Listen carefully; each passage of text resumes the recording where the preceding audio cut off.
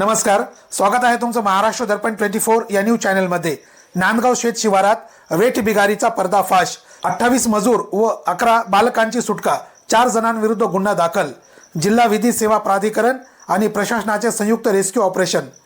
सेलू तालुक्यातील नांदगाव शेत शिवार परिसरात सुरू असलेल्या अमानवी वेठ बिगारी प्रकरणाचा पर्दाफाश करत जिल्हा विधी सेवा प्राधिकरण परभणी व जिल्हा प्रशासनाने संयुक्त रेस्क्यू ऑपरेशन राबवून तब्बल 28 प्रौढ मजूर व 11 बालकांची यशस्वी सुटका केली। ही कारवाई समाजाला हादरून टाकणारी असून मानवी हक्कांच्या दृष्टीने अत्यंत गंभीर बाब असल्याचे समोर आले आहे। चारठाणा पोलीस स्टेशन हद्दीतील RBRV कन्स्ट्रक्शन नांदगाव शेत शिवार येथे तेलंगणा राज्यातून कामासाठी आणलेल्या मजुरांना मागील 4 महिन्यांपासून वेठ बिगारीत अडकवून ठेवण्यात आले होते। संबंधित वेठ बिगाराच्या नातेवाईकाने तेलंगणा राज्यातील जिल्हा विधी सेवा प्राधिकरण नागर कुर्नूल येथे तक्रार दाखल केल्यानंतर ही बाब परभणी जिल्हा विधी सेवा प्राधिकरणाकडे वर्ग करण्यात आली।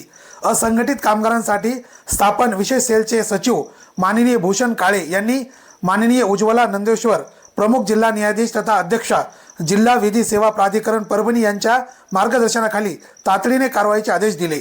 आंतरराष्ट्रीय न्याय मिशनच्या सामाजिक कार्यकर्त्या शीला पठत व त्यांच्या टीमच्या मदतीने रेस्क्यू ऑपरेशन राखण्यात आले। याबाबत जिल्हाधिकारी श्री संजय सिंह चौहान आणि पोलीस अधीक्षक श्री रवींद्रसिंह परदेशी यांना माहिती देण्यात आली। त्यांच्या मार्गदर्शनाखाली नायब तहसीलदार, पोलीस विभाग, जिल्हा विधी सेवा प्राधिकरण व विशेष सेलच्या संयुक्त पथकाने नांदगाव शेत शिवार येथे धडक कारवाई केली। या कारवाईमध्ये 13 वर्षांच्या एका मुलीसह एकूण 11 बालकांची सुटका करण्यात आली। या बालकांना बाल कामगार म्हणून जबरदस्तीने कामाला जुंपण्यात आल्याची गंभीर बाब समोर आली आहे।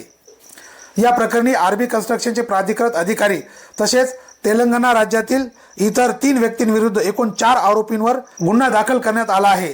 चारठाणा पोलीस स्टेशनमध्ये भारतीय न्याय संहिता 2023 चे कलम 146(3)(5), वेठ बिगार पद्धती उच्चाटन अधिनियम 1976 चे कलम 16, बाल कामगार प्रतिबंध व विनियमन अधिनियम 1986 चे कलम 14 अन्वये गुन्हा नोंद करण्यात आला आहे। प्रमुख जिल्हा न्यायाधीश माननीय उज्ज्वला नंदेश्वर यांनी स्वतः सुटका झालेल्या कामगारांची भेट घेऊन त्यांच्याशी संवाद साधला।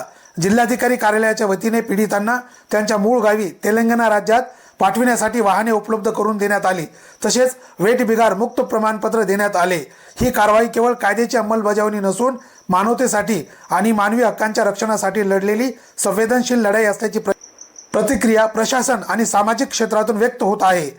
महाराष्ट्र दर्पणसाठी जिल्हा प्रतिनिधी इस्माईल शेख।